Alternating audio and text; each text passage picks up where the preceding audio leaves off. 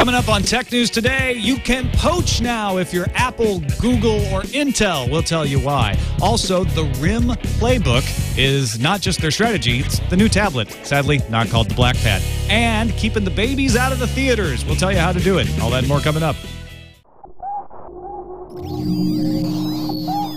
Netcasts you love. From people you trust. This is TWiT. Bandwidth for Tech News Today is provided by Cachefly at CACHEFLY.com.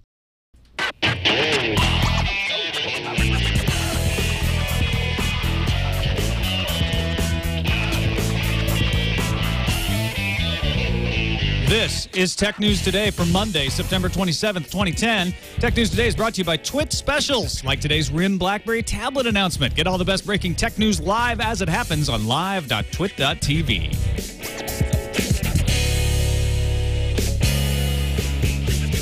Welcome to Tech News Today. I'm Tom Merritt. I'm Sarah Lane. I'm Darren Kitchen. And I'm Jason Howell. This is the show where we kick around the tech news of the day along with you and try to make sense of it all. And welcome to our new producer, Jason Howell. Hey, how's it going? Hi, Jason. Hey, Reunited. It's awesome to be here.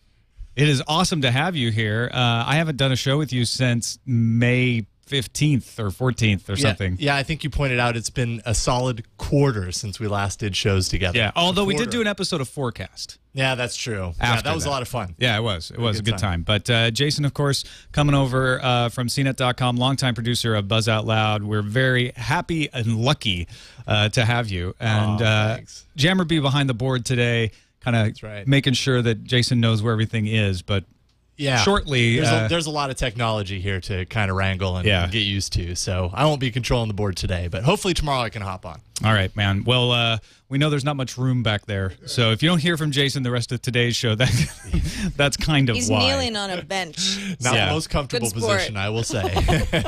There used to be chocolate hidden behind you. I'm not sure if there is anymore. I ate it all. If you get hungry, all right, while you're waiting. There's a Tim Tam.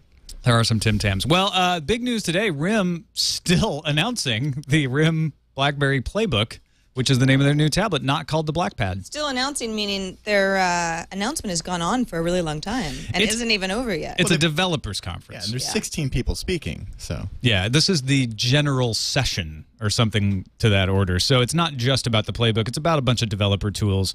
And when last we looked, they were talking about the way to put payments into your app and mobile advertising, how you make money off your apps. So that's the kind of stuff they're talking about early on. And we did a live TWiT special about this, as I mentioned. They announced the PlayBook. It was in the first half hour. And it will be a 7-inch LCD screen with a 1 gigahertz dual-core processor, 1 gigabyte of RAM, 2 HD cameras, front and back, 3 megapixel front, 5 megapixel rear. Will support 1080p HD video recording right out of the HDMI cable slot.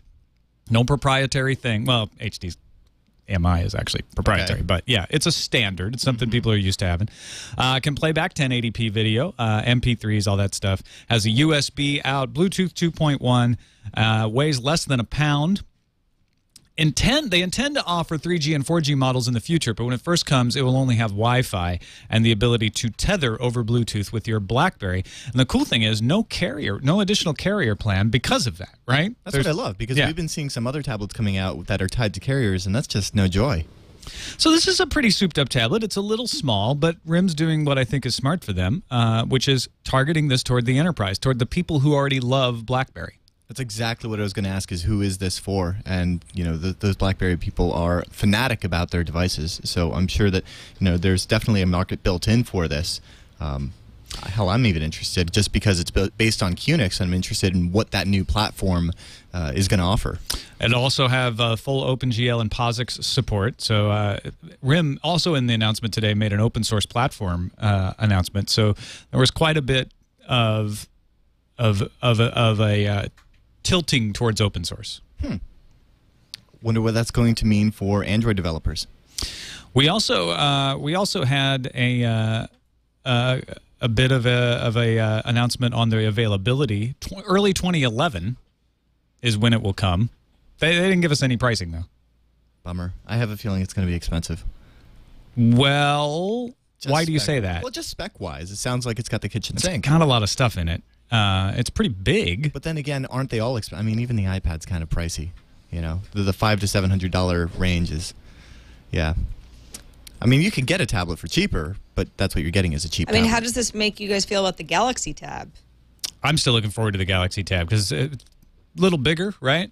No, they're both 7 inch. They're about the same. Oh, I thought the Galaxy was going to be 10. You're right. It's 7. Yeah. So they're kind of more on par with each other than the iPad. Yeah, more on par than we thought. It's all going to be about price then. To give you a perspective, that's a 7-inch screen right there on my EPC 701. It's like it's a Kindle screen. Yeah. Well, the Kindle's a little smaller now, isn't it? Or it's 7 inches, but with less. It's got a lot more. Yeah. It's got a lot more stuff around it. I guess if it's the same resolution, I don't know. I'm just happy that it's not tied to a carrier because I was so excited about the Galaxy Tab until I realized that you had to, do a sign up a subscription and all that. The only reason this is tied to a carrier is because there's no 3G and 4G though, so it's a double-edged sword. Well, it's cool that to you hear can that get an iPad there will that's eventually Wi-Fi only too. Yeah, that's mine. That's what I've got. Yeah, I mean, it's cool to hear that eventually it will have a cell chip in it because initially we were thinking, hey, this might be RIM following Palm with the Folio, and for a while I said that RIM had to reinvent real quick because while they make amazing hardware, their platform was very stagnant. So I think this is a step in the right direction. Them hopping on QNX.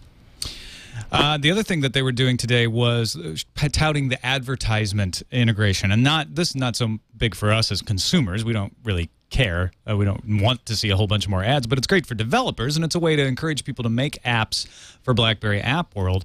But they've got their work cut out for them there. Apple is threatening Google and Microsoft and Yahoo in the ad space. Apple's new iAd will end the year with 21% of the market, according to BusinessWeek.com.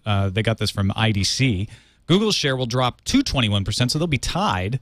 And Microsoft will drop to 7%. Seems like such a big jump for Apple, considering that, as far as I know, I've never seen an iAd. Have you guys seen an iAd? I have. Well, if I have, I don't remember it. Yeah. Which is not a good thing for ads, right? No, although it's a good thing for us.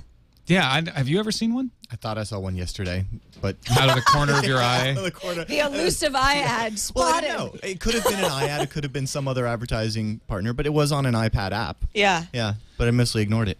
It's just interesting that, if I felt bombarded by iAds, I'd think, okay, yeah, 20% jump. That makes a lot of sense. They say they've got big name clients, though. Best Buy, Unilever, DirecTV.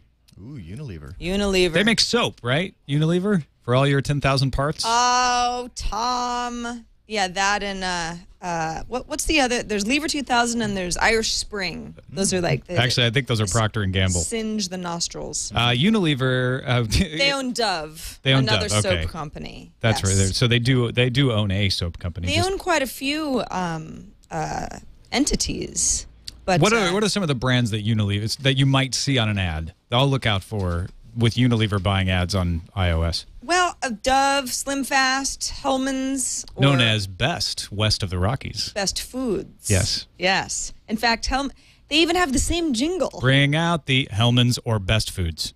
Insert here. Bring out the best. It makes the most sense. Bring out the best foods and bring out the best. That's redundant. It's bring out the Hellman's and bring out the best. I don't think it is. I think Hellman's is just... East Coast, West Coast beef on mayonnaise. West Coast for life. Hellman's. All right. Lipton, Vaseline, a couple others. I think the point is I'm not seeing any ads for Vaseline on my iPad yet. Well, that means they're doing it right, though. They're making tons of money, winning market share, and you don't even know what's happening. No one's annoyed. Yeah. It's great. Win-win. Go Apple. Much better than being an Iranian nuclear facility, which is under massive attack by the Stuxnet worm. That's a Windows-specific worm. This variant, the Stuxnet variant of this worm, attacks particularly Siemens systems. And Iran admits that they have been infected, but they say it's just on some laptops. It hasn't affected critical systems. Well, that's the thing about this is it specifically targets certain Siemens PLCs and rewrites them. So it's a very specialized worm that attacks equipment that's used in heavy industry. And it's just it's really interesting because it's been around for, at least since June. And we're just now starting to see some of the forensics analysis coming out of this. And it is the most sophisticated worm that I've ever seen. And you've got people weighing in from all over. with a lot of analysts agreeing that this is definitely sabotage, that this is definitely, beyond your... I think it's your government mainstream- sponsored, right? Yeah, that's actually one of the speculations, is that it's got to be government sponsored or, or something, because it would take a team of engineers, very specialized engineers too, that know the Siemens stuff inside and out, to be able to produce something as pervasive as this, and something that uses multiple zero-day attacks, that is attacks that haven't been published yet. So, so far this is one of the most sophisticated. It has to be government-backed, not corporate-backed. Could be corporate-backed. I mean... Against Iran, though. Against Iran's Right. nuclear, you Right. feel like, well, there's probably not a lot of corporations that care one way or the other. But there are plenty of governments that do. Sure. It also uses 2 valid certificates from Realtek and J Micron. So where did they get those? Stole them. Yeah. I mean, like I said, there's so many parts to this, and we're just now beginning to see some of the analysis come out of the, the forensics. It's not an easy thing to test, considering, how specialized it is. I mean, this isn't a worm that's trying to take over a Windows box so it can send out email spam. It's trying to rewrite very specialized hardware. Now, lest we forget, Kaspersky Lab points out that there are more systems in India and Indonesia that have been affected than those inside Iran. 86,000 in India, 34,000 in Indonesia. However, binaries later associated with the malware were detected months before this. And it looks like those infections are sort of sideline infections. They spread, but they don't do the damage that they do when they get to a Siemens system like they have in Iran. It looks like while it's widespread, it's sort of like scattershot meant for Iran. Right. And also important to note that it spreads by USB. So, physical access to those machines there. It can reprogram programmable logic controllers, PLCs. Right. In fact, it specifically looks at like this one register, and it's very specialized in what it's doing, and it's basically sabotage. Yeah. Yeah. So the Bushehr plant, which is near the city of Bushehr in the Persian Gulf, and my apologies if I'm pronouncing that right, I've never heard it said, I've only seen it written, is the first nuclear power plant in the Middle East, and that is the one where they say some client computers, some laptop-type computers, desktop computers have been affected, but nothing that's maintaining the actual critical systems of State-run the power media in plant. Iran Right. says Many- nothing was affected. Well, yeah. So Yeah. They say Sure, of course. there Depends isn't. on They who say you there listen isn't a to, I nuclear guess. power plant. Probably. Yeah. Who knows what they say? And many security experts actually suggest that that plant in particular was, which is under development, was the target of this attack. Com Mike says it's pronounced Bushehr. We'll see if that's right. Either one. You've heard of do not call lists, right? yeah, I like to get on them. How about when people are calling my cell phone? how about and you announce. must call lists? What kind of list would that be, Tom? Google, Apple, and Intel have come to an agreement with the Department of Justice saying they will no longer have policies about not calling other companies' employees to hire them. How does that make it a must-call list? Yeah. Well, it's kind of hard to follow. Google, Apple, and Intel have been accused of entering into collusive agreements not to poach each other's employees. And the evidence of this is do not call policies, saying if you're at a job fair and you meet an Apple employee and you're Google, it's okay to talk to him and recruit him there, but do not cold call the Apple employee at his desk and try to hire him or her away. That's what the Department of Justice says is against the law. They're like, that's collusion. That's wrong. Take away that policy. But how do you prove that you don't? I mean, okay, Yeah, you take that so policy, take you the rip that policy page away. out of the manual, but They still don't call. yeah. Why aren't they calling? Do you have to call? Is there a quota of calls? Well, but here, I mean, we all have worked in a similar industry for a long time. And industry. And industry, you Of know, it's some just description. well, I mean, it's Yeah, us, yeah, yeah. whatever industry you're in. You know that most hiring goes on because somebody knows somebody and can vouch Right. for them, or you look at somebody's LinkedIn profile, or you meet somebody at a party and you exchange business cards. I mean, how much cold calling is really going on? There's headhunters out there for sure. I've gotten a couple calls where people are like, "Hey, you know, there's a job opening in Texas for this web development Are position." headhunters under this because they're kind of They're a middleman? often That's hired by. so that would. Be, So I guess the policy would be like no hiring headhunters. So now you could hire headhunters. what if the headhunter just contacts you via LinkedIn? Yeah, I just You know, the cold But call not a cold seems call. very archaic, Yeah. doesn't it? as an option. I get that it happens, but I don't think that that's where. I mean, are Google employees really being poached by Apple mostly via cold calls? Probably not. They're probably meeting each other at that bar Well, where they actually, leave not iPhones at all, around. because they've made agreements not to Yeah, do exactly. that to That's each the other. problem up till now. Right. Good point. Anyway, so now they can not have those do not cold call lists. So the elusive employee can be hunted again. My brain hurts. I know. Well, it's not going to get any better. French court has convicted the CEO of Google, Eric Schmidt, and Google of defamation over the results from a suggest function. You know, when you type in Google Box and it suggests terms for you. Well, one guy, when he typed in his name, it brought up the words rapist and Satanist, which I would be upset. Sounds like someone was Google bombed. Right. Actually, no. The plaintiff in this case had been convicted on appeal to a 3-year jail sentence for corruption of a minor. At the time, though, he had not yet been convicted when he went ahead and did the Google search and saw these terms. So he thought, well, this is defamation. So you know what Google's doing? Their algorithm is going around and they're seeing stories and blog postings about this guy, probably in newspaper sites, that have these words and these words. So Google doesn't know the context. No, absolutely not. I mean, imagine if, there's 10 articles written, alleged rapist, alleged Satanist. I mean, why aren't the people who actually defamed this man getting sued? Well, it's easier to sue Google, and they have more money. But Google lost. Yeah, Google lost. They had to pay €1 in damages and 5,000 euros towards the plaintiff's court costs. Google says they are going to appeal this. They said that it simply reflects the most common terms used in the past that are associated on the web with the words entered. It's not Google making the suggestions.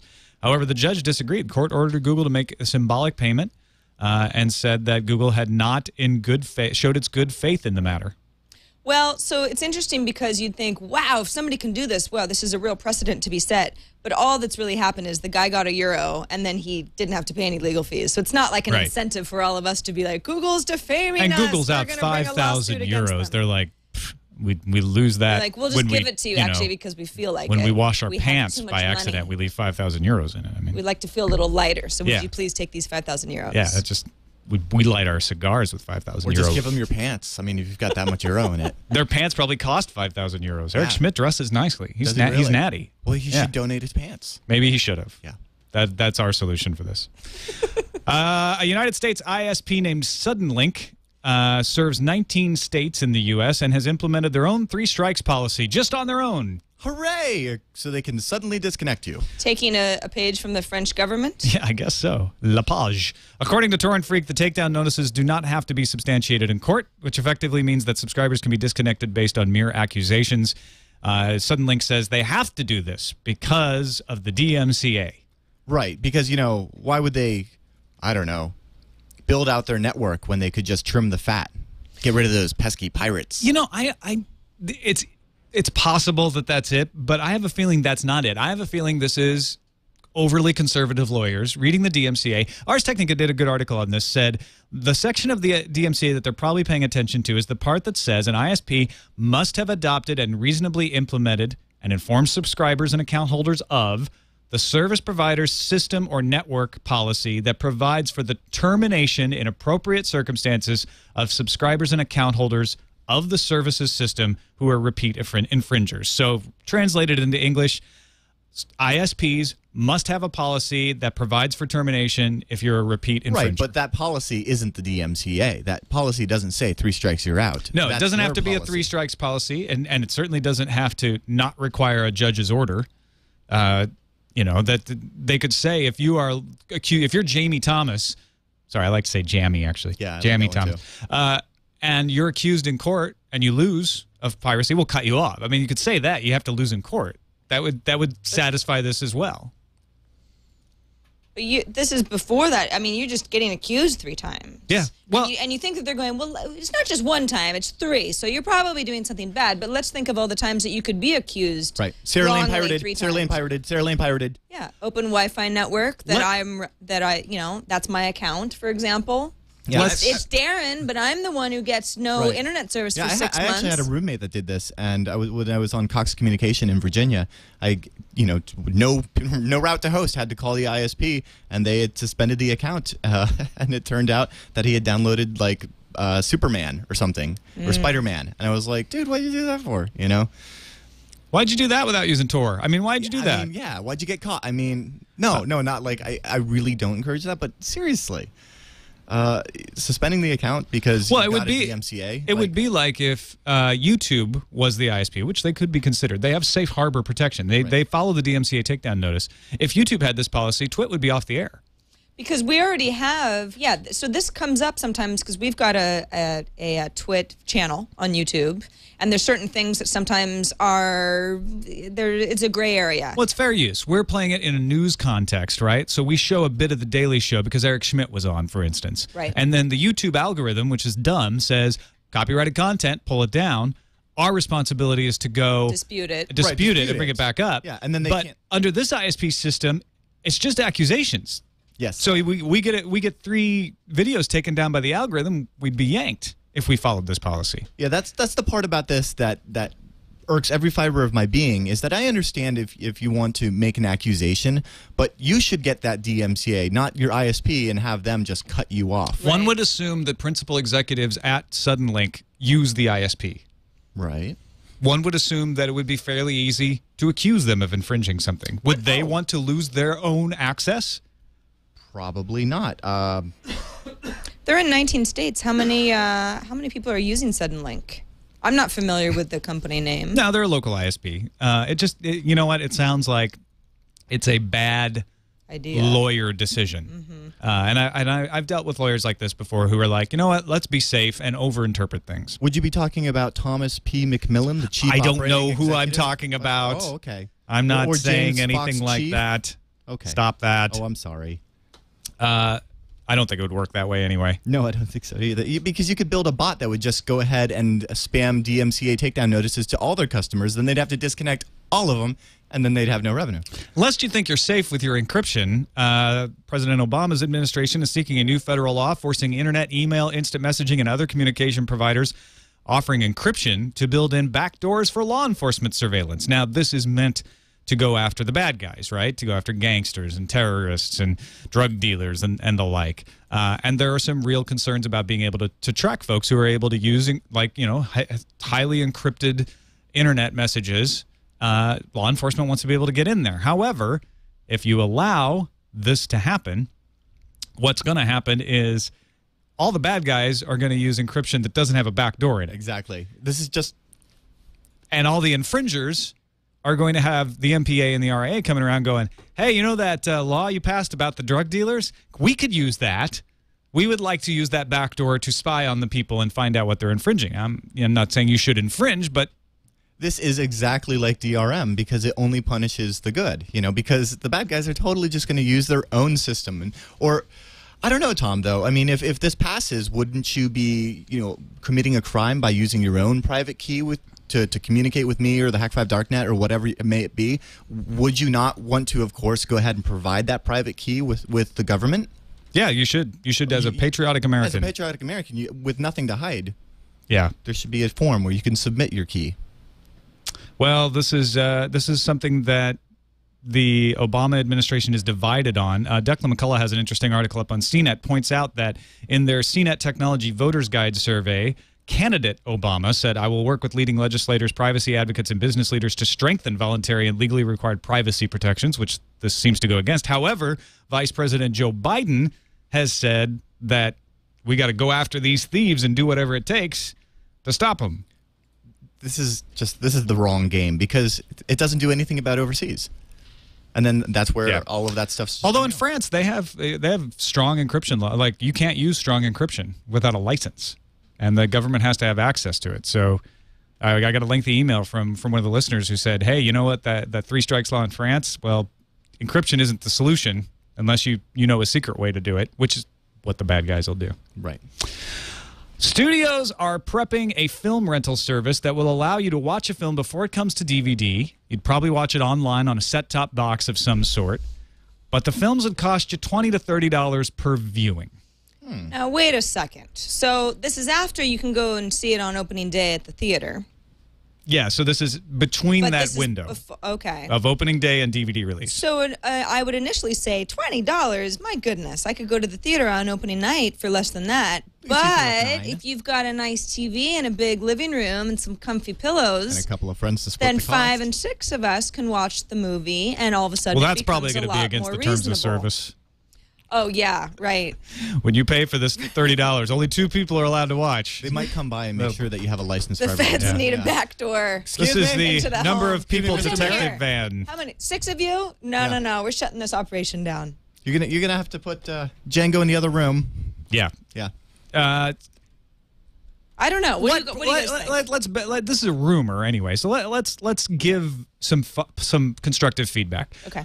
How soon after it comes into theaters, and at how much would it have to be for you to use this? So I am one of those people who, if I really want to see a movie, I will go and see it in the theater within the first week. Yeah. Or I really don't care.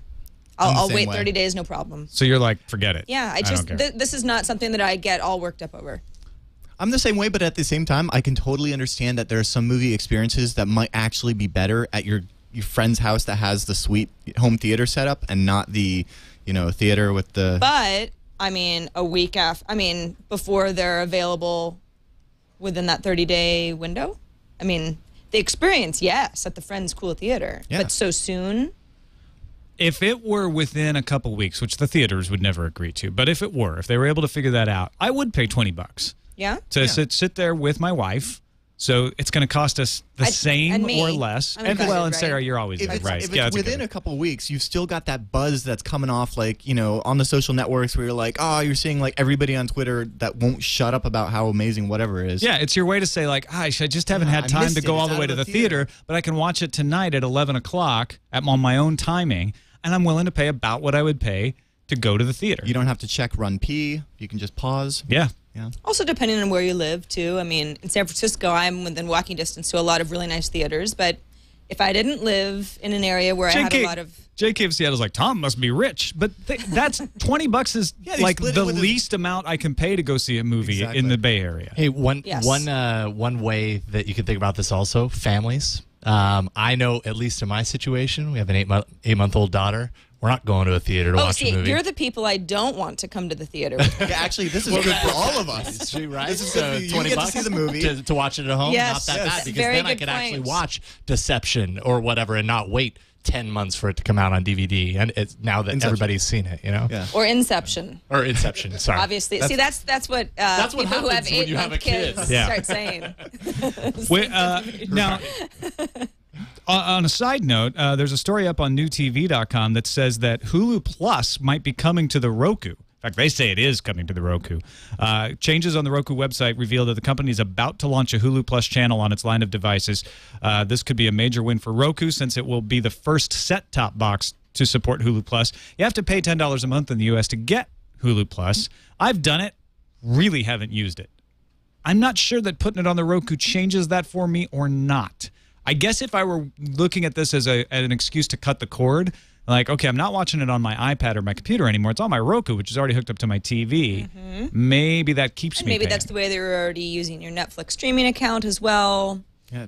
Can you port in just various RSS feeds? Video? Can we? You can I know through I Media know Fly. Twit Media has an Fly. account. Right. Okay, And even with the new Roku, it's got the side loading where you can just pop a USB key in, and if it's a so for certain crafted fans of MP4. Roku, this is a huge win. Oh, it's the least expensive device that does the most services. Right.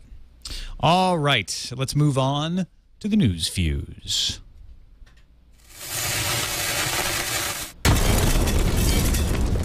A database of emails, or a database, depending on where you're from anti-piracy law firm ACS Law has been uploaded to several P2P networks and websites after last week's DDoS attacks, the 4chan-inspired attacks. ACS Law's website exposed a compressed copy of what seems to be at least part of the firm's email database. It was in a default directory before the actual page, the homepage, got put back up.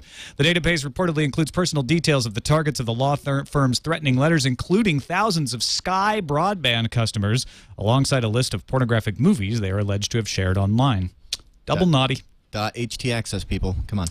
A Slashdot posting details a cavalcade of Sony PS3 mods, including how to mod a 6-axis controller. Apparently, you can use an iPod, a Pandora console, or even a Dingo console. And the Post reports that JiCrab has released a USB firmware loader, which should come in handy once the first custom firmware for the PS3 is released.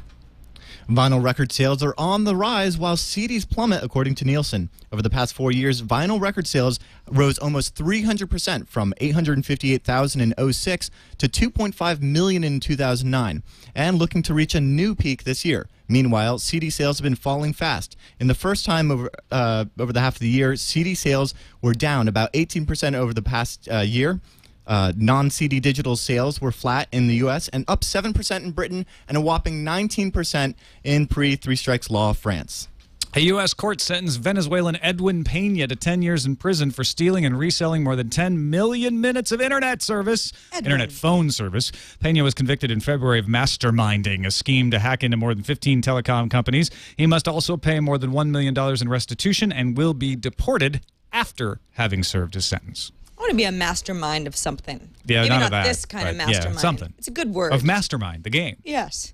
Nobody's answering our calls from SETI, and nobody's going to for a while. Reports are untrue that the United Nations is set to appoint Malaysian astrophysicist Mazlan Othman as an ambassador to greet extraterrestrials. Boo. Othman emailed The Guardian today and said, no, yes, this sounds really cool, but I am denying this. Which is just the kind of thing a secret world government alien ambassador would be expected to say. She's totally covering. They already have an alien alien. embassy. She's an alien. Take me to your liters.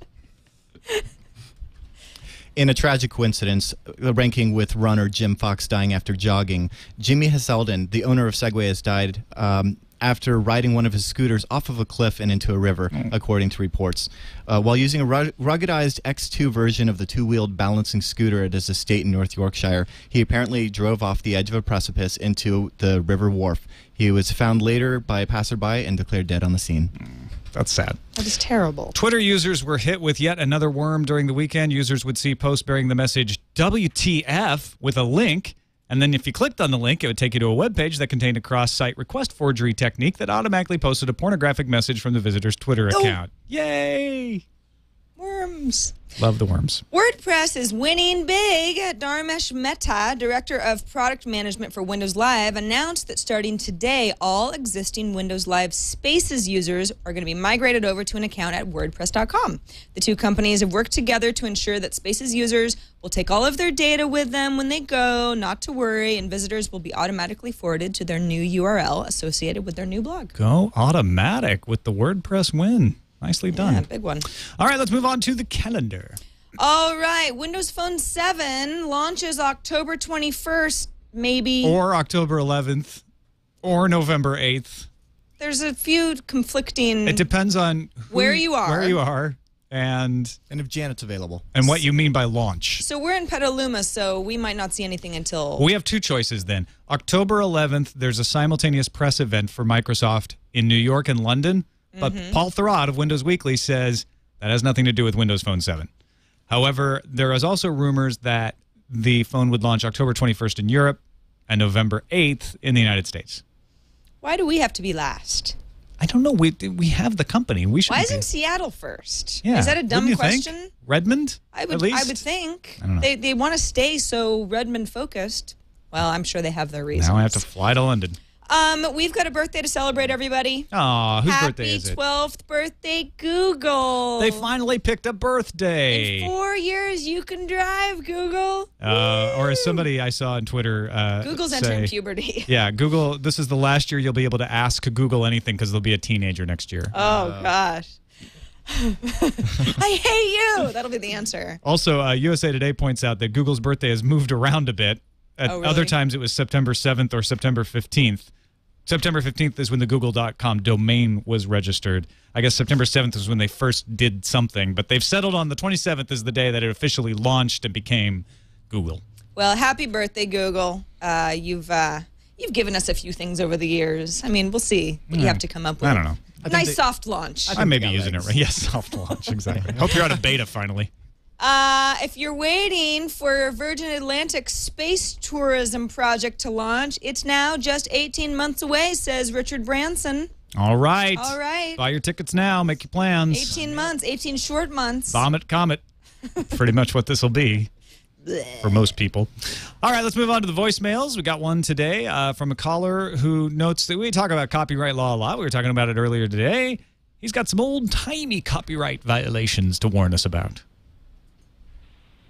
Hey, Tom and the gang. This is the Good Doctor. Your show is fantastic. Thought to give you a little tidbit with so much talk these days about copyright and piracy. Some input from the early days. I saw this little message on some choral sheet music recently. It said, every photocopy of this helps to eradicate published choral music. Now that's scary. Thanks. Wow, so it's not a legal notice. It's a guilting you. It's a Jewish/Catholic mother notice.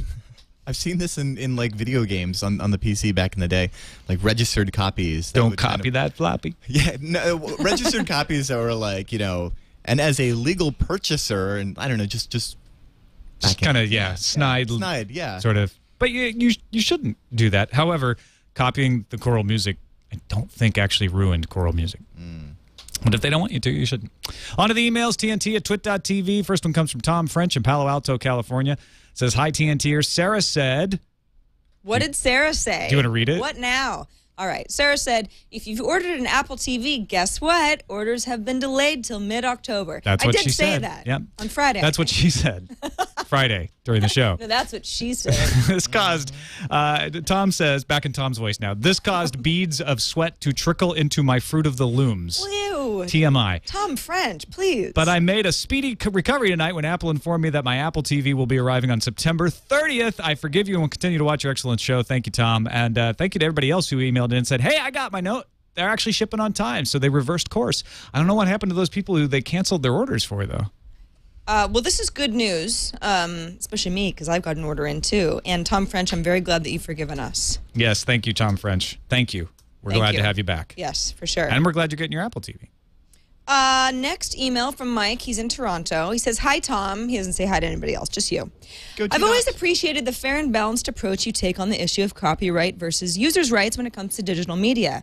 I've heard you rally against ridiculous copy protection schemes and unconscionable lawsuits against users, while at the same time admonishing callers and emails who even hint at working around these roadblocks to steal content. You've always said, don't steal content. So imagine my surprise when your guest, Callie Lewis, that was Friday as well, suggests that she likes the Netflix DVD service so she can copy and keep the movies. I was waiting for the expected response, but nothing. I guess the takeaway is that it's okay for tech celebrities, but not the rest of us. I will cop to that, Mike. You're a good point. I was being nice because this I was think Friday's Kelly was show. Joking, wasn't she? I know that she was. But even if she was, we both kind of snickered and didn't say anything. And I think that even if she was, I should have said, now wait a minute, that's not, you shouldn't do that. And right. I kind of did, but not nearly enough. So Tom's not the type that would call someone out in class anyway. So. I just did it to Darren in the prep meeting. That's why he's saying that. I think it's a good example of, yes, we all know that she was kidding, but you always want to make sure that everybody's on the same page. Yeah, and we should have said something. Thank you, Mike, for keeping us honest. A lot of times appreciate sarcasm just doesn't come across as well as it really should. Very true. But here's what I should have done, which is, like, now don't do that, even in jest. You shouldn't break copy. You shouldn't break the law. There are better ways to do this. Right. That's what Mike was expecting me to do. Well, and you just did. There. Better late than never. You redeemed yourself. I needed a nudge from Mike. I've disappointed Mike, I feel like. I think Mike will forgive you. I hope so. It's a the day way of Tom forgiveness. French has forgiven you. Yes. We can only hope. Darren, thanks again for being on. It's great to have you every Monday. Thank you. Great to be here as always. And Jason Howell, I know we didn't hear from you much because you're like hidden back there, but it's awesome to have you here too. I've been concentrating. Yeah. And trying to log into the IRC chat on my Droid, which Jason, was why don't not y'all that awesome. Have us all over for a viewing of Deception at your house one of these Hey, days. yeah, the sequel. I'm actually cutting Deception myself. It's a fan direct to fan DVD yeah, fanfic. Exactly. Awesome. I think you'll really love it. All right. I can't wait.